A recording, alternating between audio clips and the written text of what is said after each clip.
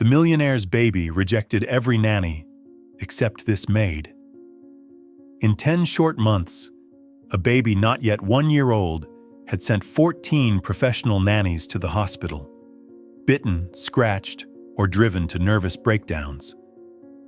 The Lawson mansion, perched high in the quiet hills of Beverly Hills, once a symbol of wealth and elegance, had turned into a battlefield of cries, shattered glass, and whispered fear. At the center of it all sat Ethan Lawson, a 38-year-old tech entrepreneur, slumped in what used to be his proud home office. Papers scattered across the floor, a laptop with a cracked screen, and a cup of cold coffee forgotten on the desk. He rubbed the bridge of his nose, eyes shadowed with exhaustion. A scream tore through the upper floor. "No, I can't take this anymore." Ethan rushed upstairs. There stood Mrs. Jenkins, the 14th nanny, trembling at the nursery door. Red bite marks covered her arms, tears streaked down her cheeks. "Mr. Lawson," she stammered, "I'm sorry, but I can't stay another minute. Your son isn't normal." Ethan closed his eyes. He had heard those words too many times. "I just tried to feed him," she continued, voice shaking. "He bit me hard enough to bleed, then threw everything he could reach. I've cared for children all my life, but never one like this. There's something wrong inside him." Ethan looked toward the crib. Noah, his 10-month-old son, gazed back with the same bright blue eyes as his late mother, Emily. For a fleeting moment, he looked perfectly innocent, almost angelic, but Ethan knew better. The second he left the room, the storm would return. He sighed, tore a check from his book. "I'll pay you double what we agreed. I'll cover all your medical bills. Thank you for trying." She left. The door closed. Silence returned, heavy, suffocating. The 3-story mansion felt too big, too hollow without Emily's laughter. Every corner carried her memory.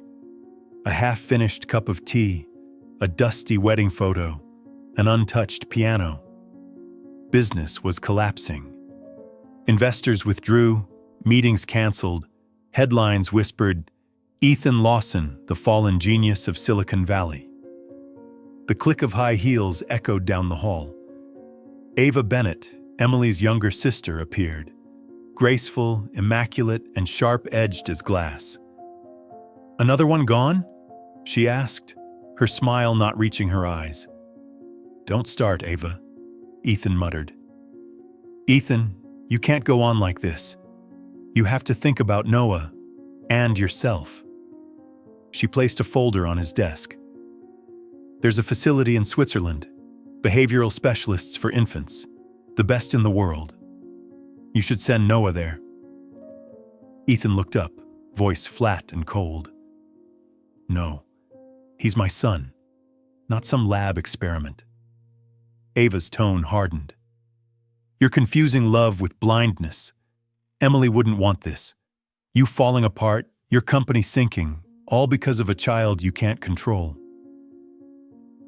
Emily's name hung in the air like a ghost. Ethan turned to the window, watching the sunset bleed across the glass. For months he'd dreamed of her smile, her voice, and the blinding light of that crash. Then came Noah's cry again. Ethan left without another word, climbing the stairs, leaving Ava standing in the dim hallway, her eyes unreadable. Noah writhed in his crib, face flushed and tear-streaked. Ethan gathered him up gently. "It's okay, son. Daddy's here." The baby quieted, small fingers clutching at his father's neck, head buried in his shoulder. For a moment, the house seemed to breathe again. That night, Ethan stayed up late beside Noah's crib, listening to the baby's uneven breathing between restless dreams. The dim nightlight cast soft shadows across his tiny face, lashes wet with tears. Ethan brushed a hand over the boy's hair, feeling his heart tighten. In a house once filled with laughter, there was now only the ticking of a clock and the fragile rhythm of two survivors. The next morning, sunlight slipped through the curtains as the doorbell rang. Ethan, still struggling to feed Noah, frowned. The bell rang again, persistent, patient. He sighed and went to the door, baby in arms.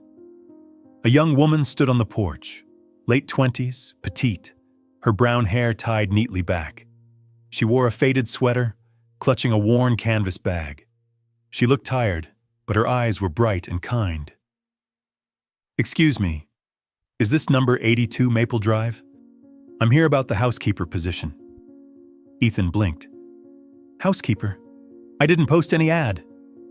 Her cheeks flushed as she unfolded a crumpled flyer. "Oh, I'm so sorry. Maybe I got the wrong address." It said, "Full-time housekeeper needed, Beverly Hills area. I just thought..." Her voice trailed off, uncertain and embarrassed. Noah stirred in Ethan's arms, then, impossibly, stopped crying, his wide eyes fixed on the stranger. As she bent down to pick up the fallen flyer, the baby reached out and grabbed her finger, his tiny hand curling around it. Ethan froze. His son, the same child who had bitten, screamed at, and rejected every other person, was smiling. A real smile. Small, fleeting, but radiant. The woman smiled back, soft as a whisper. "Hey there, little man. Aren't you handsome?" Noah giggled. The first laugh Ethan had heard in months. He felt something shift inside him. "What's your name?" "I'm Lila Santos," she replied, nervous but gentle. "I was just looking for work. I have a 4-year-old daughter staying with a neighbor. I've done cleaning and childcare before, but if I've disturbed you, I'll go." Ethan looked around the wrecked living room, the broken toys, the stains on the carpet, the wreckage of months of chaos, and then at Noah, now calm, staring at Lila with quiet fascination. "No," he said softly. "Maybe you could help, just for a few days, until I find someone else." Her eyes brightened, not with greed, but gratitude. She nodded quickly, setting down her bag. "Thank you. Where would you like me to start?" She began tidying, folding blankets, picking up toys, moving with a gentleness that seemed to soothe the air itself. Ethan stood silently, watching as sunlight filtered through the windows, glinting off her hair. Noah followed every move with wide eyes. When Lila hummed softly, a lullaby barely audible, he stretched out his arms toward her. "May I?" she asked softly. Ethan hesitated, then nodded. The moment she held him, Noah nestled into her shoulder and within seconds fell asleep. Ethan could only stare. He didn't believe in miracles, but in that moment, he felt one. "You just did something no one's managed in nearly a year," he whispered, voice trembling as if afraid the moment might vanish if he spoke too loud. Lila smiled faintly, eyes shadowed with quiet sorrow. "Sometimes, babies don't need someone perfect. They just need someone gentle." Her words pierced something deep inside him, a place he thought was long dead. The wind rustled the curtains, sunlight shimmered on the walls, and for the first time in months, the mansion sounded alive again, filled not with cries, but with the fragile sound of peace. Ethan watched her, a strange warmth growing in his chest. Maybe, just maybe, this woman was more than coincidence. Maybe she was the beginning of something he'd stopped believing in. He cleared his throat, trying to hide the tremor in his voice. "You can stay for a few days. I'll have the guest room prepared." "Thank you," she whispered. As she bowed her head in gratitude, Noah shifted in her arms, smiling in his sleep. Sunlight touched his face, soft and golden, like the first sign of a miracle. And standing there, Ethan Lawson realized that for the first time in 10 months, the house didn't feel haunted anymore. It felt alive. That afternoon, golden light spilled through the tall windows, painting the Lawson mansion in a rare warmth. Ethan stood by the doorway, watching the stranger who had quietly walked into his life. Lila moved with calm precision, sweeping, folding, wiping, each motion soft, rhythmic, almost musical. Noah slept peacefully in her arms, his tiny chest rising and falling against her heartbeat. With every step she took, Ethan felt as if the house itself was learning how to breathe again. He had never seen anything like it. 14 women had tried and failed, yet this one, with her worn clothes and sad, steady eyes, had brought silence. Not the kind born from fear, but from peace. When Lila gently laid Noah in his crib, she turned and caught Ethan still staring. She smiled faintly. "You don't have to look at me like that. I don't have magic." Ethan's voice was low. "If it's not magic, then what is it?" Lila's gaze softened. "Children feel the energy around them. If the adults near them carry fear or anger, they mirror it. But if someone is calm, gentle, they sense it too. They just need to feel safe." Her words hit something inside him. He realized that for months it wasn't Noah who had been broken. It was him. His grief, his guilt, his exhaustion had poisoned the air they both breathed. "How do you know that?" he asked quietly. Lila's eyes grew distant, her smile touched with sorrow. "I used to have a little boy. He passed away at 2 months old, SIDS. For a long time I blamed myself. I thought if I hadn't fallen asleep, maybe he'd still be here. After that I learned to listen, to notice, to feel." Her voice trembled, but her tone was steady. The voice of someone who had made peace with loss. "Then I had Grace, my daughter. She's 4 now. Her father left right after she was born. Said he couldn't handle a life like mine. I've raised her alone ever since." Ethan said nothing. He looked at this small woman who carried both pain and strength in equal measure. And for the first time in months, he felt something that resembled respect and hope. Dusk fell slowly outside. The scent of warm milk and chamomile drifted through the air. Lila poured 2 cups of tea, setting one in front of him. "Do you ever sleep through the night?" she asked. Ethan chuckled bitterly. "Not since Emily died." "Then maybe tonight you should try. Let me watch over him. You need rest more than anything." Her words were simple, but they carried a quiet authority he couldn't resist. He nodded, hesitated for a moment, then left the room. Before stepping away completely, he looked back through the half-open door. Lila sat beside the crib, humming softly. Her lullaby wasn't loud, but it filled the air like a prayer. Noah stirred once, then drifted deeper into sleep. The dim light fell on her face, gentle and serene, and something inside Ethan ached at the sight. At the end of the hall, Ava appeared, arms crossed, eyes sharp. "Who is she?" she asked coolly. "The temporary nanny," Ethan replied quietly. She calmed Noah down. "Really? A stranger shows up out of nowhere and suddenly your son's an angel? Sounds too perfect to be true." He frowned, but Ava's thin smile stayed. "Be careful, Ethan. People hide all kinds of things behind kind eyes." He didn't answer. His gaze drifted back to the nursery. Inside, Lila kept humming, her voice light as air.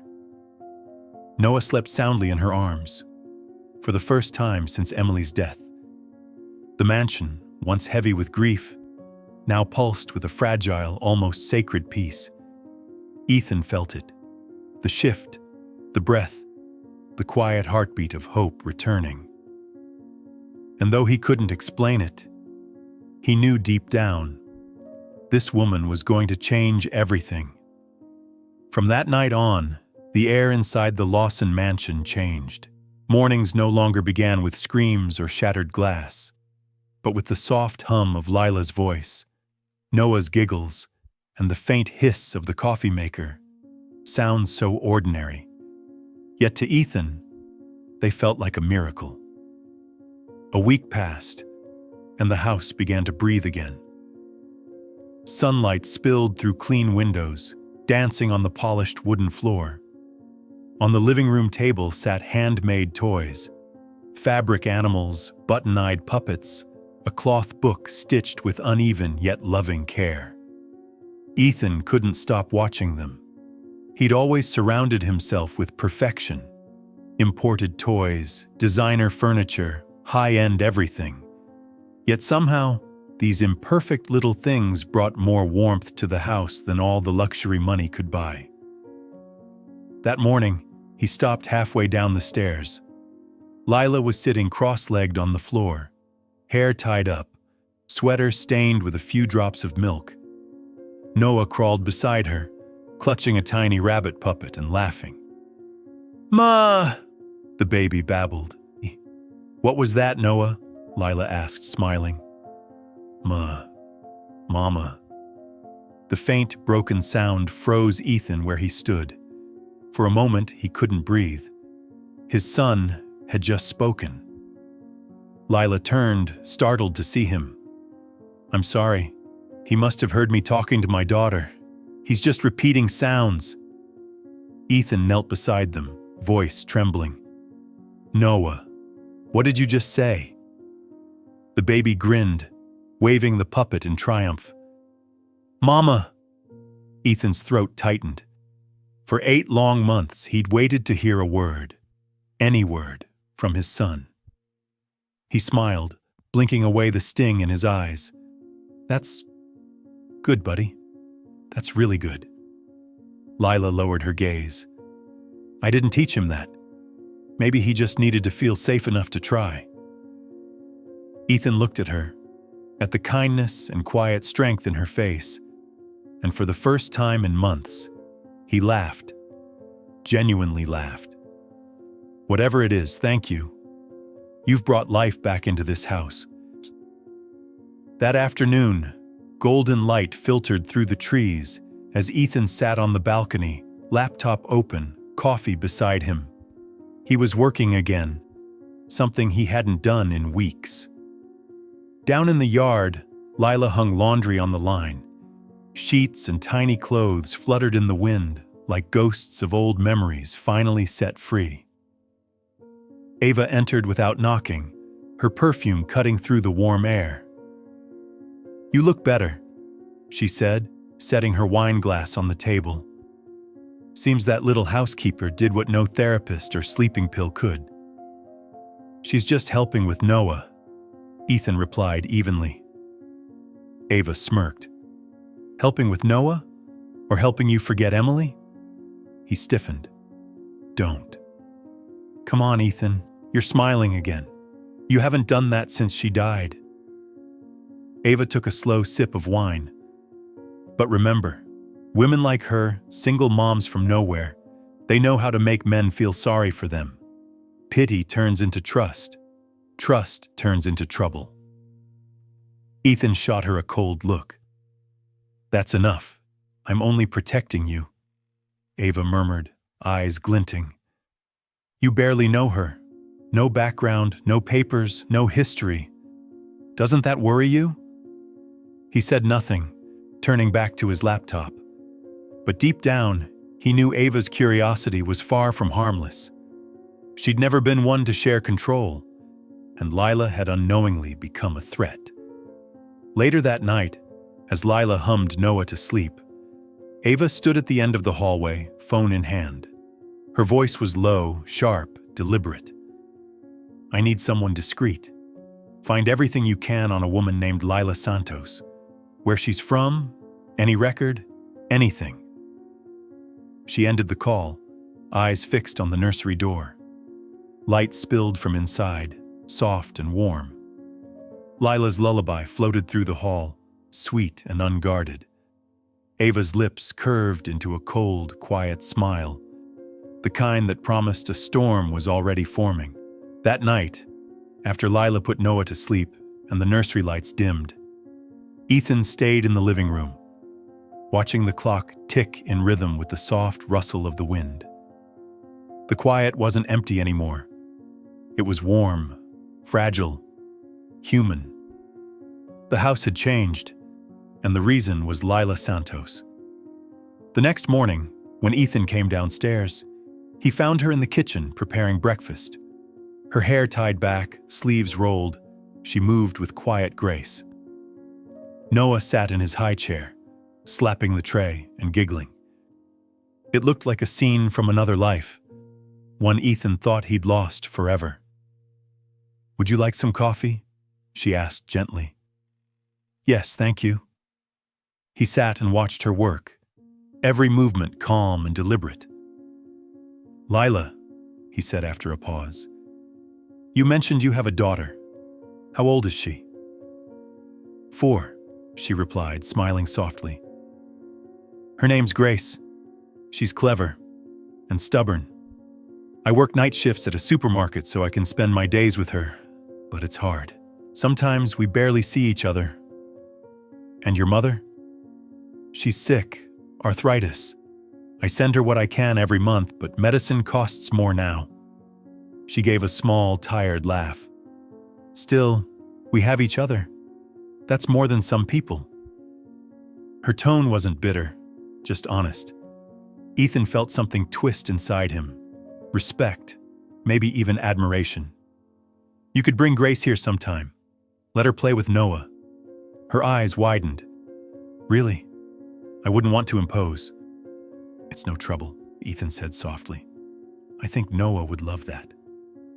She smiled, a smile so warm it almost hurt to look at. Noah clapped his hands as if agreeing. Upstairs, Ava watched through the window, her reflection merging with the glass. From that vantage point, she saw everything. Ethan's soft smile, the light in his eyes. Jealousy flared sharp and cold. That afternoon, she met a man in a downtown cafe, her private investigator. His jacket was worn, beard unkempt, voice rough. "You said you wanted everything on Lila Santos," he muttered, sliding a thin folder across the table. "There's not much. Late rent, odd jobs, nothing serious." Ava's lips tightened. "So nothing scandalous? No theft? No record? Nothing worth your money?" She leaned back, then smiled, slow, deliberate. "Then make it worth my money." The man blinked. "You want me to?" "I want you to create a record," she interrupted, her tone like ice. "Something believable enough to destroy her credibility. I'll pay triple. I want it clean, official looking." He hesitated. "What exactly do you want in it?" "An arrest for stealing medicine. Say, an inhaler. A medical report claiming she neglected her child.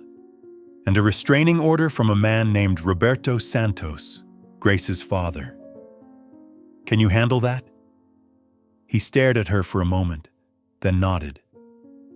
"Consider it done." Ava stood, leaving the cafe with a calm smile, the kind of smile that preceded ruin. That night, Ethan was in his office when Ava entered, uninvited, holding a folder. "You need to see this," she said coolly. He frowned. "What now, Ava?" "It's about your perfect little nanny." She laid the folder before him. He opened it. Official documents, stamps, signatures, a mugshot, an arrest report, a medical file, a restraining order, all under Lila's name. She was caught stealing asthma medication, Ava said evenly. Child Services flagged her for neglect. The child's father filed for protection. Ethan's hand tightened around the papers. Everything looked real. Too real. He wanted to doubt it, but after so many sleepless nights, The line between instinct and evidence had all but disappeared.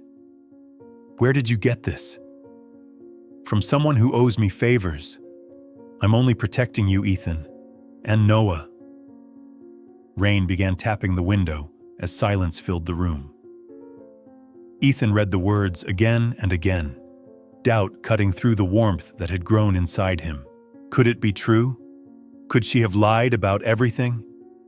After Ava left, her perfume lingered, sharp, suffocating. He sat there for a long time, staring at the papers until dawn crept in. When Lila came into the kitchen to warm a bottle, she found him sitting there, eyes heavy with something she couldn't read. "You're up early," she said softly. "Lila," he murmured, "we need to talk." Her heart dropped. "I got some information about you," he continued slowly. "I don't know what's true, but I need time to verify. Maybe you should take a few days off." Her lips parted, but no sound came.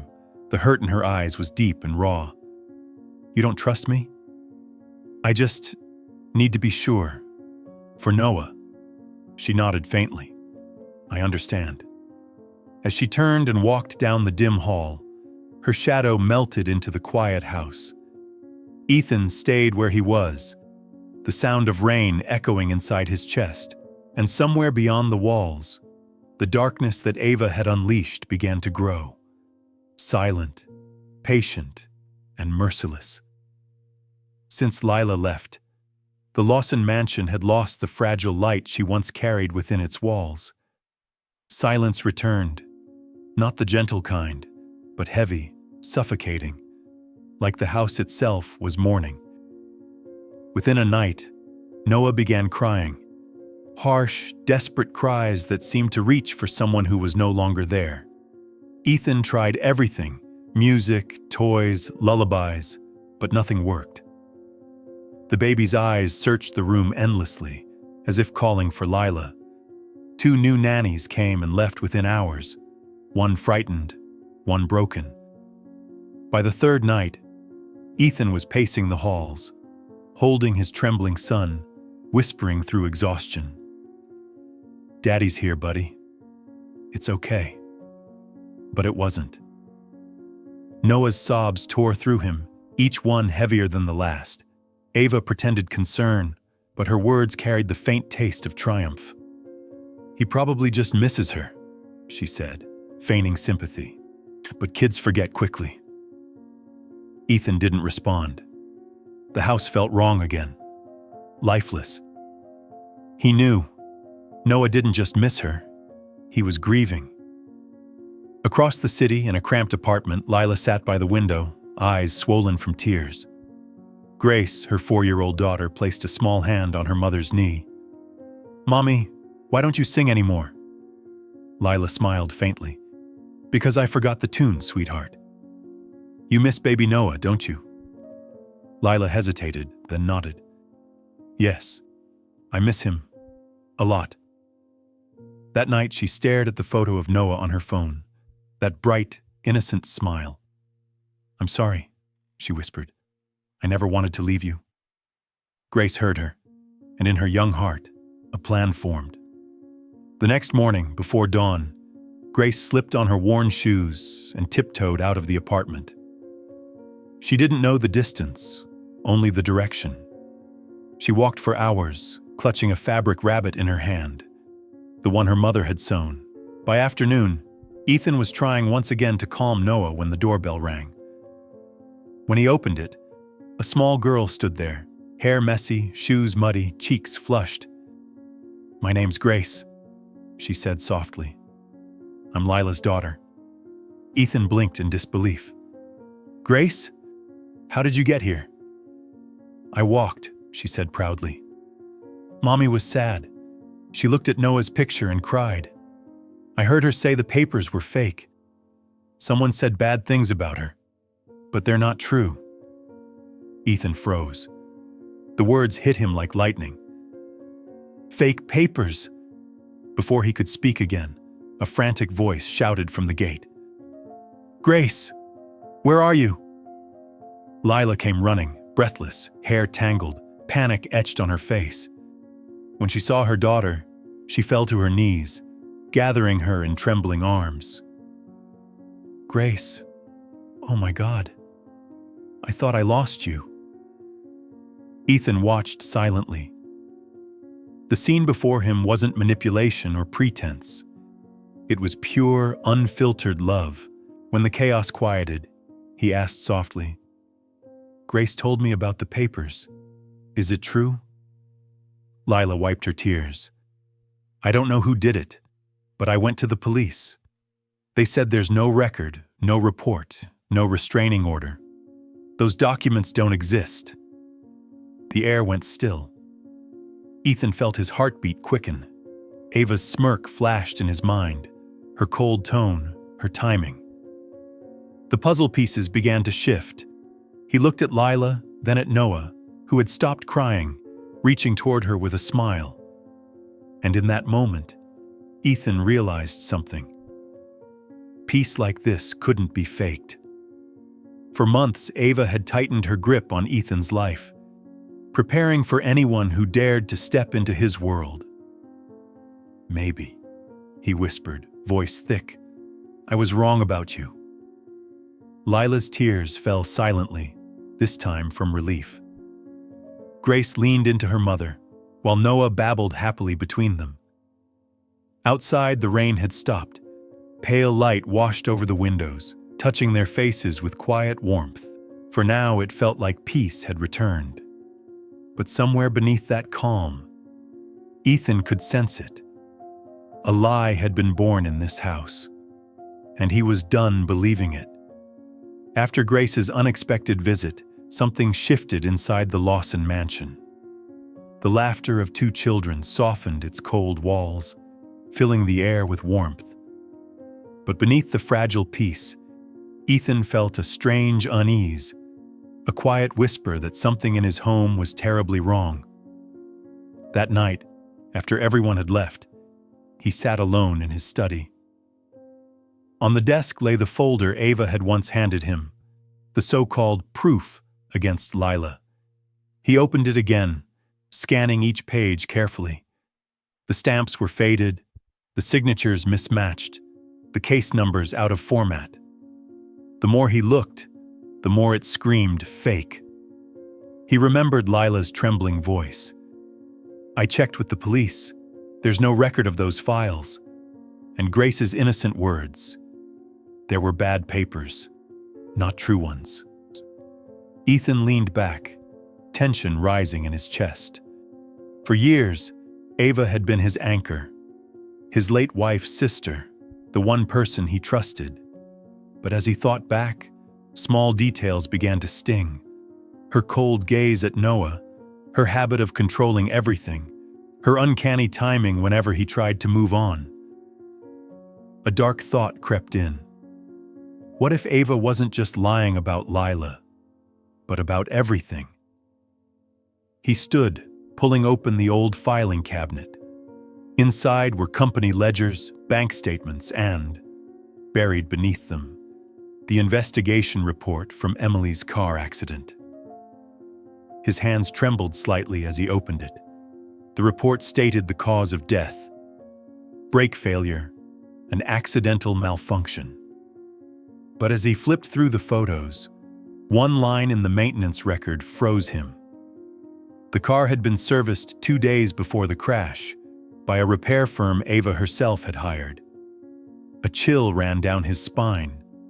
He reached for another folder, company financials, and accessed the firm's internal system. A few transactions stood out. Large withdrawals from Emily's insurance fund, quietly routed to a subsidiary named AL Holdings. AL, Ava Bennett. His breath caught. All those months he was drowning in grief, Ava had taken control to help, and he had let her. He grabbed his phone, calling an old friend, Lucas, an independent auditor. "Lucas, I need you to review the last 3 years of financial records. Quietly. No one can know." "Understood," came the reply. When he hung up, the weight in his chest deepened. For the first time, he realized the truth might not just hurt, it might destroy everything. The door creaked open. Ethan looked up sharply. Ava stood there in a black silk dress, wine glass in hand, her smile razor thin. "You're still awake?" she asked smoothly. "I had work to go over," Ethan said, voice steady. "Work?" She stepped closer, heels tapping softly on the wooden floor. "Or ghosts you refuse to let go of. I told you, Ethan, some things are better left buried." He met her gaze, unblinking. "Sometimes the past holds the truth we've been too afraid to see." Ava's smile didn't fade, but her eyes darkened. "Are you doubting me now?" Ethan said nothing. He looked down at the documents spread across the desk, and in that silence, the distance between them became undeniable. She followed his gaze, her expression unreadable. Then she leaned forward slightly, tracing the rim of her wine glass with a slow finger. "Careful, Ethan," she murmured. "Some doors, once opened, don't close again."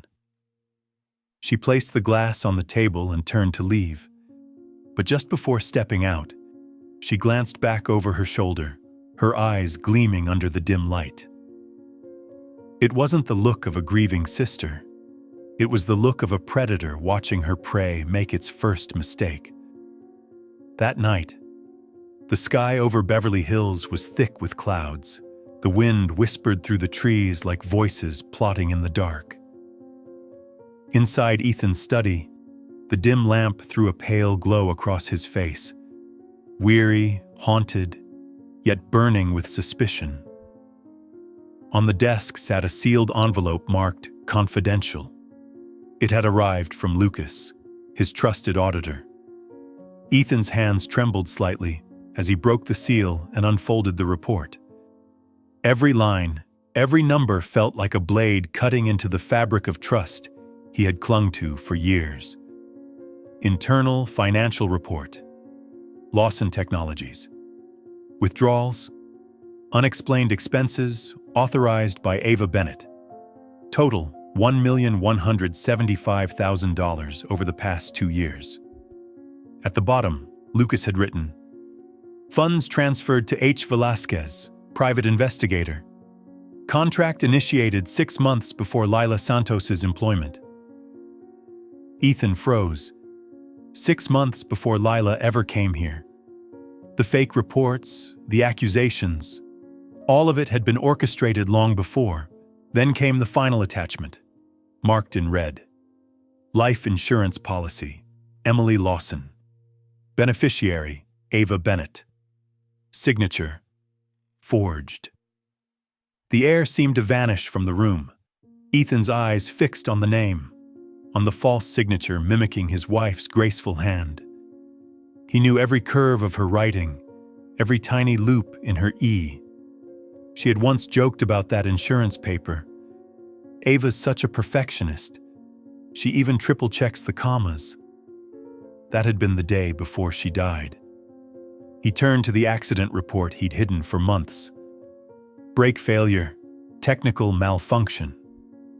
No, not a malfunction. A deliberate cut.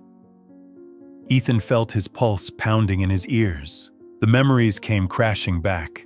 Emily's voice on the phone, her laughter, then the silence that followed. The door creaked. Ava stepped in, elegant as ever, a glass of red wine in hand. "You're still awake?" she asked softly. Ethan didn't answer. "I was reviewing the company records," he said slowly, "and Emily's case file." Ava's smile was faint. "You're torturing yourself again, Ethan. Let the past rest." "Let it rest?" His voice cracked. "You say that when you killed her?" Ava froze. "What did you just say?" He threw the files onto the desk. $1 million, unauthorized withdrawals, payments to a private investigator. And this, Emily's life insurance. You forged her signature, Ava. Her face drained of color. The glass trembled in her hand. "Ethan!" "Stop lying," he shouted, voice breaking. "I trusted you. I let you live under this roof near my son. And all this time you were the reason she died." She gasped, then whispered, "You don't understand. I didn't mean to. I just wanted her to stop." "Stop?" Ethan's laugh was bitter. "You cut her brakes, Ava. You murdered your own sister." Silence, then a sound that chilled him. A laugh, hollow and fractured. "Yes," she whispered. "I did it. But do you know why?" Her voice rose, trembling with madness. "She had everything. The company, the money, and you. You never looked at me, Ethan. I was the shadow in her light, the unwanted one. I wanted you to see me just once." He stared, horrified. "You killed for jealousy?" "For love," she screamed. The words echoed, shaking the air. Ava's eyes glistened, half tears, half rage. "I held everything together for you. I kept your company alive, took care of Noah, and this is what I get?" "Your disgust?"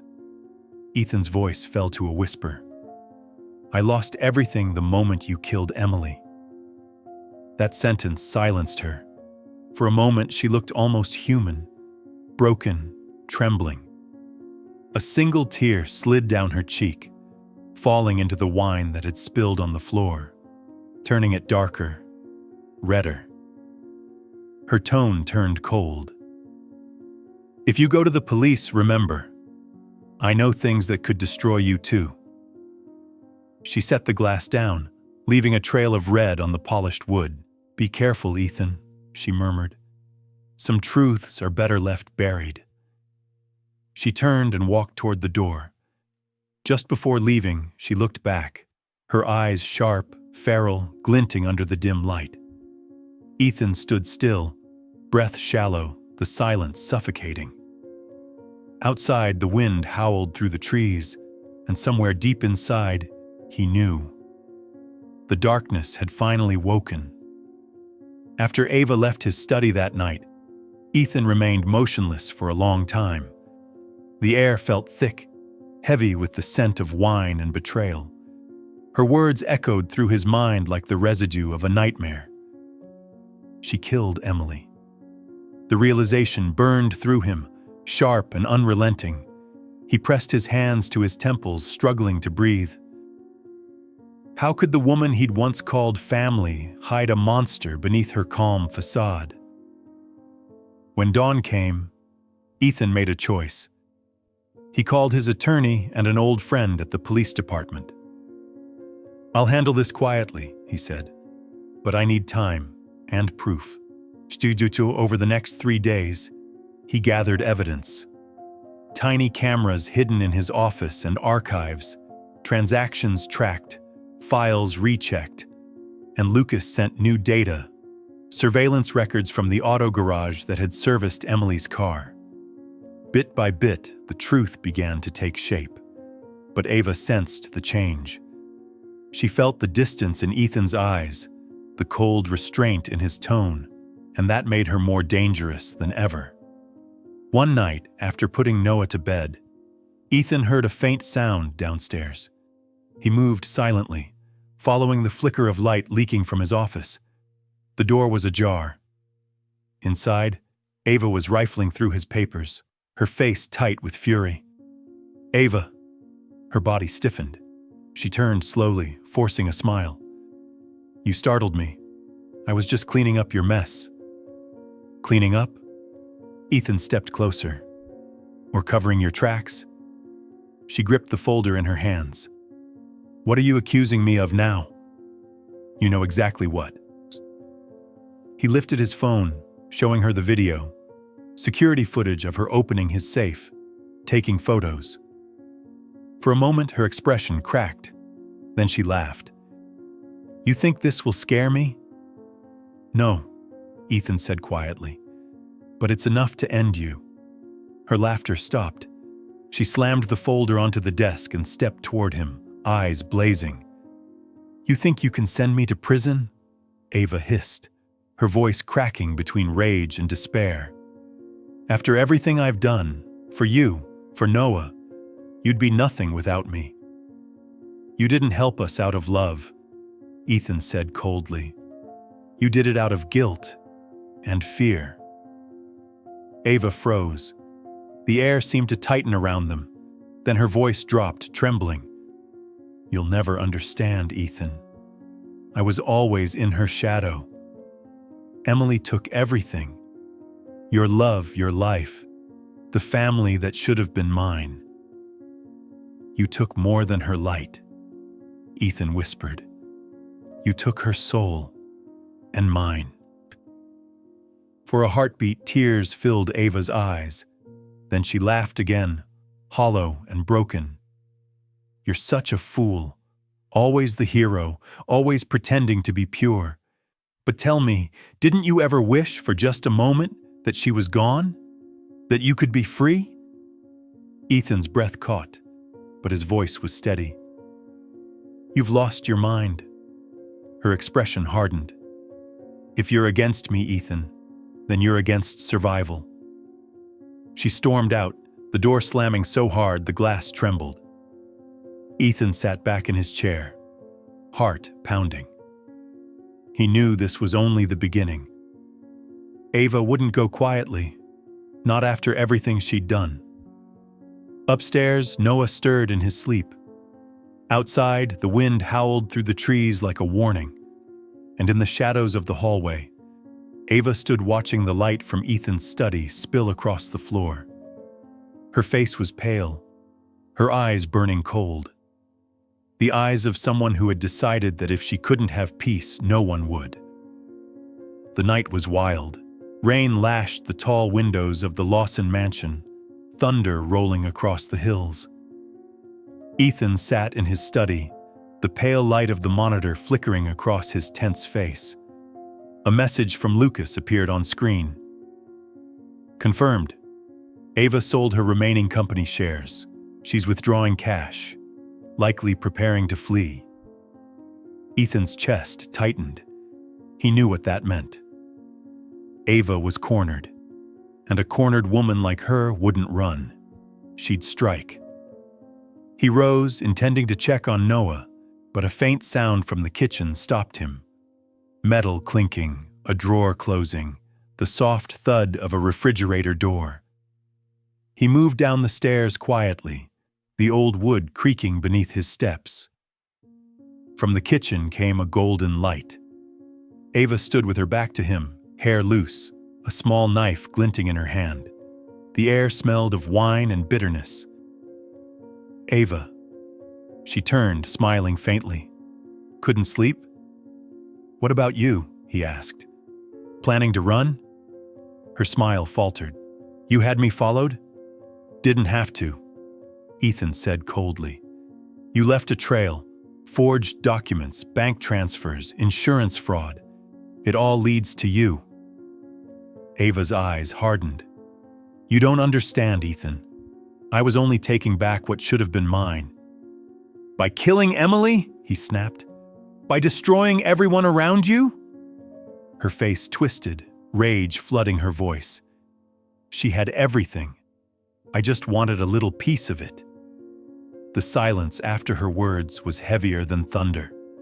Then, from upstairs, Noah cried, a desperate, broken wail.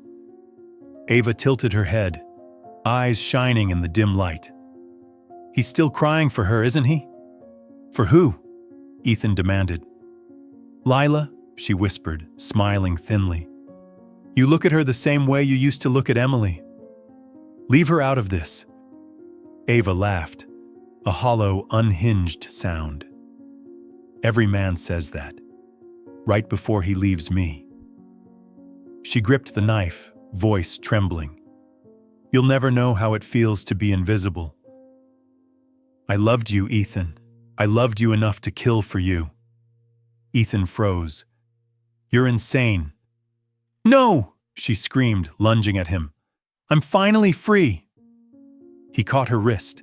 The knife clattered to the floor, embedding itself in the wood. Ava stumbled, gasping, hair falling across her face.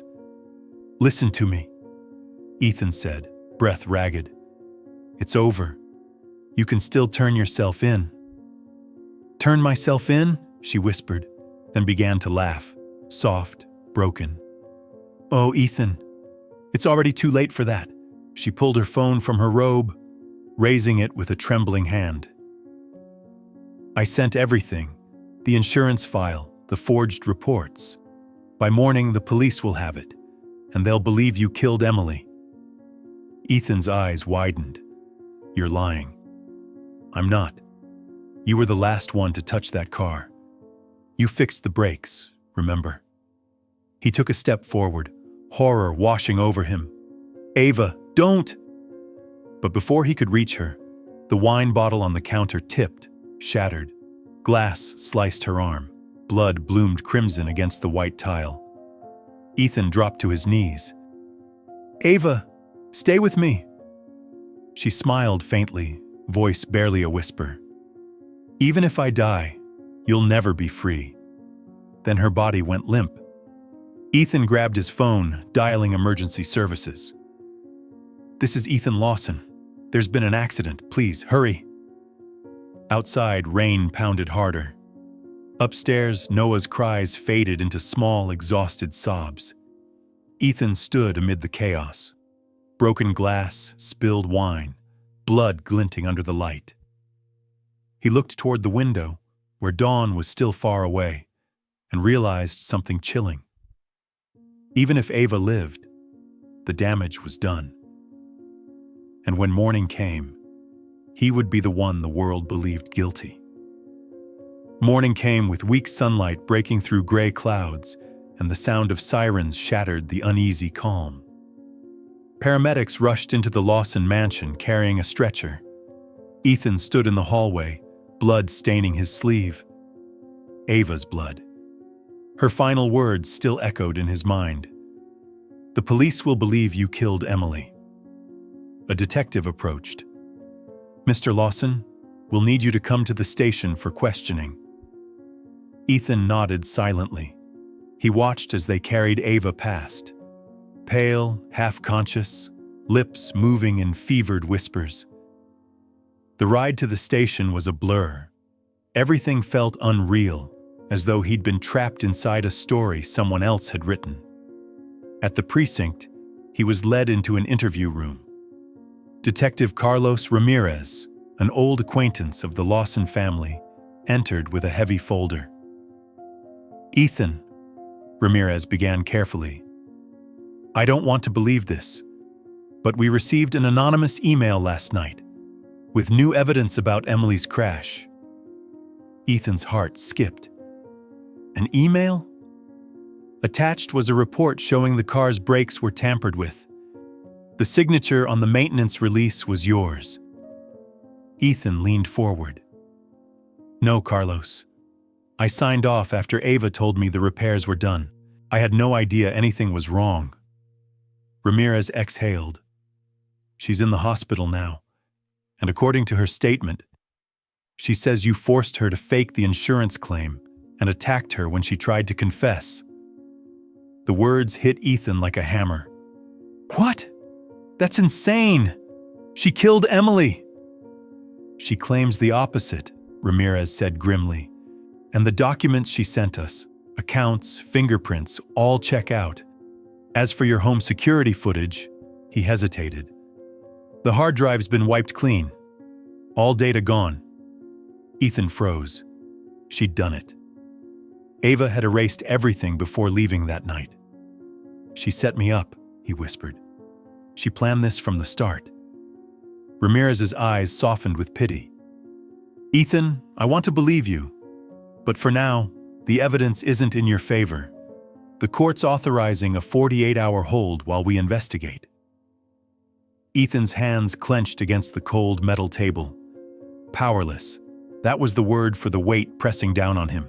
Across town, Ava awoke in a hospital bed, arm bandaged, eyes sharp despite her pale face. She whispered to the officer outside, I want to add to my statement. I have the original insurance contract. He made me sign it. A faint, cruel smile touched her lips. He thinks he's won. He has no idea I'm still one step ahead. Meanwhile, at the Lawson mansion, Lila returned the moment she heard Ethan had been taken in. Holding Noah close, she felt her heart twist with fear and disbelief. She knew Ethan. His grief was too raw, too honest. He couldn't be a killer. That afternoon, she met with Ethan's attorney. "Please," she begged, "you have to help him. Ava's lying. I can prove it." "Prove it how?" the lawyer asked. "Through the man she hired," Lila said firmly. "Mr. Velasquez, the private investigator. He worked for her. I met him once after I left the house. He told me he had a copy of their contract." The lawyer frowned, unsure, but Lila's eyes were steady. "If we find him, we can clear Ethan's name." By dusk, the city was cloaked in gray. In his cell, Ethan sat on a cold metal bench, staring at nothing. The door clanged shut behind him. In the stillness, only two faces filled his mind: Lila and Noah. His reason to keep breathing, his reason to fight. He whispered into the silence, voice trembling but resolute. "I won't let her destroy us." Lightning flashed outside, slicing through the gloom, lighting his face for an instant. The face of a man no longer defeated, but ready to reclaim the truth. 2 days in custody felt like 2 years. Inside the cold detention cell, Ethan sat motionless, hands clasped, eyes hollow. Every echoing footstep in the corridor sent a tremor through his chest. He knew time was running out. Without proof, he would be charged with manslaughter and insurance fraud. Outside, Lila and Ethan's lawyer, Mr. Harris, were racing against time. They tracked the trail of Hector Velasquez, the private investigator Ava had hired. Financial records from Lucas confirmed that Ava had been wiring him large sums for months. "Where is he now?" Lila asked urgently. "San Pedro," Harris replied. "A small port town, but he vanished 3 weeks ago." "Then we find him," Lila said firmly. "If we don't, Ethan's life is over." They drove for hours through the storm-gray afternoon until they reached a crumbling inn near the harbor. The night guard remembered a man named Velasquez. Always drunk, always muttering he'd done something wrong. They left their contact number. Hours later, near midnight, Harris's phone rang. "This is the San Pedro police. Hector Velasquez just turned himself in. He says he has information on the Lawson case." Lila and Harris rushed there. Inside the small interrogation room, Velasquez sat slumped, trembling, eyes bloodshot. When he saw Lila, he whispered hoarsely, "You're the woman Ava made me follow." "Yes," Lila said softly. "Please tell the truth. Ethan Lawson is innocent." Velasquez lowered his head. "I know. I've been living with this guilt for too long. She paid me to forge everything: fake medical reports, police records, restraining orders. I did it because she threatened my daughter." The room went silent. Harris leaned forward. "Do you have proof?" Velasquez nodded weakly, pulling out a small USB drive. "Everything's here. The original files, payment receipts, and an audio recording of Ava telling me to destroy Lila's name." Within hours, the evidence was on Detective Ramirez's desk. He and his team reopened the entire investigation. Before signing the new arrest warrant, Ramirez personally verified the data and confirmed the authenticity of the audio recording. When they analyzed the data, the truth was undeniable. The evidence Ava had provided was digitally fabricated. Multiple bank transfers traced directly from Ava's account to Velasquez, and a hidden entry in medical logs. Trace of mild sedative found in infant formula. Ramirez whispered, horrified, "She drugged Noah." To to make the baby look sick, unstable, one officer muttered, so everyone would think something was wrong with him. The next morning, Ava was arrested at the hospital while signing her discharge papers. 10 officers surrounded her as Ramirez approached. "Ava Bennett, you are under arrest for murder, attempted homicide, and insurance fraud. You have the right to remain silent." Ava's face drained of color. "You have no proof." "We do," Ramirez said calmly, placing the USB on the table. "From the man you hired, and from the garage's surveillance footage and payment records tying you to the mechanic who disabled the brakes." Her eyes widened. "Velasquez," she whispered, voice trembling. Then, in a flash of panic, she tried to run, but the officers pinned her down instantly. As they cuffed her, she glared at Ramirez through tears. "I loved him. I only wanted him to be mine." Ramirez shook his head. "You destroy everything you claim to love, Ava." News of her arrest spread quickly. By evening, Ethan was released. When he stepped out of the precinct, the golden light of dusk washed over his face. At the top of the steps stood Lila, holding Noah. When their eyes met, she smiled through tears. He walked toward her slowly. For a long moment, they said nothing. Then Ethan spoke, voice low and shaking. "You believed me when no one else did." Lila's smile trembled. "Because I saw the real you, the father, the husband, the man who never stopped loving." Ethan looked at her, emotion filling his eyes. "You didn't just save my son." His voice broke. "You saved me." Noah reached out, giggling softly as Ethan took him into his arms. That laughter, pure and bright, broke through months of darkness. As the sun sank behind the hills, the world felt new again, fragile but alive. For the first time in months, Ethan Lawson's home was truly at peace. Weeks passed since Ava's arrest. Time moved like a quiet tide, washing away the echoes of screams and the weight of sorrow that had haunted the Lawson mansion. The first morning, Ethan woke without the heaviness in his chest. He heard laughter from the garden below. Noah was toddling across the grass, chasing a paper kite that Lila held aloft. Her hair shimmered in the sunlight, her dress swaying gently in the breeze. From the window, Ethan watched, and for the first time in years, peace touched his heart again. 3 days earlier, the court had delivered its verdict. Ava Bennett was sentenced to life imprisonment without parole, convicted of murder, attempted homicide, and insurance fraud. When the judge's gavel fell, Ethan closed his eyes. There was no triumph, only quiet release, and the feeling that Emily could finally rest. Lila and little Grace stayed at the mansion to help with Noah, while Ethan eased back into work. The once empty house now echoed with laughter, the clatter of dishes and music from the piano each night as Lila taught Grace nursery songs. One afternoon, Ethan welcomed Rosa, Lila's mother, and Grace to live with them. Rosa's gentle voice and warm presence filled the home with new life. "Thank you for giving us a place to belong," she said. Ethan smiled. "No, it's you who brought life back to this house." Noah was thriving, healthy and radiant. He clung to Lila as though she'd always been there, while Grace followed Ethan around like a shadow.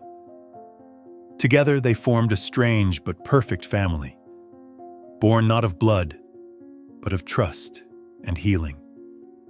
At night, when the children slept, Ethan and Lila often sat on the back porch, listening to the hum of crickets and the soft rustle of leaves. "Everything's changed so much," Lila murmured. "Yes," Ethan said. "I thought my life ended with Emily, but then you came, quietly, gently, and reminded me I was still alive." She smiled faintly. "I didn't do anything. You found your own way back. Ethan shook his head. No, Lila. You believed in me when no one else did. You saved me. A cool breeze drifted by, carrying the scent of jasmine. Lila shivered slightly, and Ethan instinctively draped his jacket over her shoulders. Their eyes met. Words unnecessary. Ethan, she whispered, are you ever afraid to love again? He took a breath. Yes, but I'm more afraid of not loving again. Why? Because when we stop loving, he said softly, we stop living. Her eyes filled with tears, not of sadness, but of something deeper. He reached for her hand, feeling its warmth and quiet strength. Lila, he said, voice low, Emily will always be part of me, but you're the reason I can move forward. The moon hung full and silver above them, painting the garden in soft light. Lila looked up, her eyes reflecting the glow. Ethan brushed his fingers against her cheek and whispered, You didn't just save my son. You saved me. She smiled and leaned in. Their first kiss was tender, a promise more than passion, a breath of hope between two souls that had been broken but not destroyed. Inside, Noah stirred in his sleep, smiling unconsciously. Outside, the wind carried the gentle scent of night as the moon shone down, over the garden, over their hearts, over a home finally healed and reborn. 2 years after the storm, the Lawson Mansion's garden was transformed. The rose bushes Lila and Rosa tended every morning had grown into a dazzling archway. Sunlight spilled gently through the leaves, painting golden streaks across white lace-draped tables.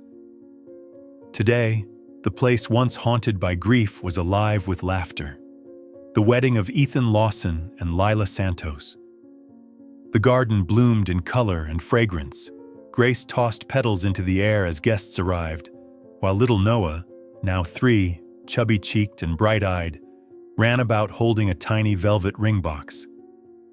"Detective Ramirez is here," Grace called, twirling in her white dress. Ramirez smiled as he shook Ethan's hand. "Peace at last, huh, Ethan?" Ethan nodded warmly. "Because of you, we made it here." "No," Ramirez said, glancing toward the house. "Because she believed in you." Inside, Lila stood before the mirror as Rosa adjusted her veil. Her dress was simple, elegant, pure, and full of quiet grace. "Mom," she whispered, "what if I'm not enough?" Rosa squeezed her hand. "You're not only enough, Mija. You were chosen to be here. Don't forget, it was Noah who chose you first." Lila laughed softly through her tears. "Yes, he took my hand that very first day." Music began, soft strings mingling with birdsong. When Lila stepped into the garden, conversation ceased. Ethan turned, and the world seemed to still. Every scar, every loss, every shadow faded in her presence. She walked toward him slowly, Grace scattering petals ahead, Noah holding the ring box with solemn pride. When she reached him, Ethan took her hands, his eyes shimmering with emotion. The officiant smiled. "Before we begin, would you like to say something, Ethan?" He nodded, his voice steady but tender. 2 years ago, I thought my life had ended. But then you came, not to replace, but to heal. I once loved Emily. She taught me sacrifice, and I believe she led me here, to you, Lila. She isn't gone. She just guided me to where love truly belongs. The garden held its breath.